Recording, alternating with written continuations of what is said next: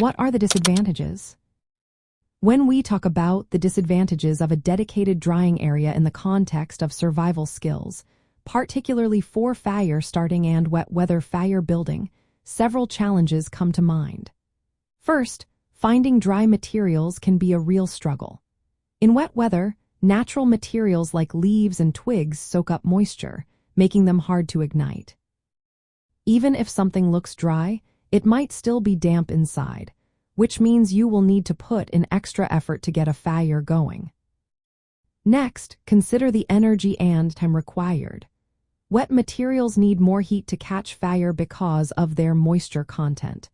This means you will have to work harder and longer to nurture the flames until they become self-sustaining. When you are in a survival situation, every bit of energy counts, and this can be exhausting. Location is another factor. When building a fire in wet conditions, you need to choose your site carefully. You want to avoid areas that might flood, and digging a fire pit is not a good idea since it can fill with water. Finding a sheltered spot, like under certain trees that shed water well, can limit your options for where to build a fire. The initial flames in wet weather are also very fragile. They need constant attention and protection. If you take your eyes off them for even a moment, they might go out, forcing you to start all over again. This can be a real setback when you need warmth or a way to cook food. Now let's talk about the dedicated drying area itself. While it can be helpful, it does come with its own set of drawbacks. Setting up and maintaining this area takes extra time and effort. Plus, drying materials can be slow, especially in consistently damp conditions.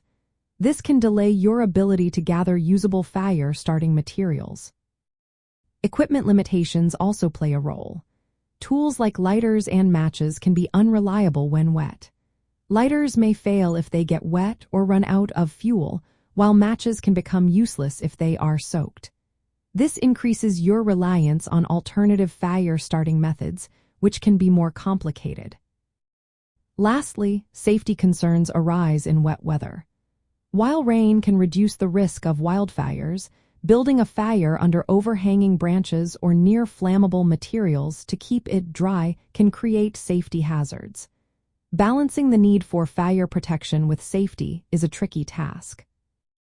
In practical terms, these disadvantages mean that starting and maintaining a fire in wet weather requires careful planning, skill, and patience. You need to prepare for extra time, gather suitable materials, and create a sheltered drying area if possible.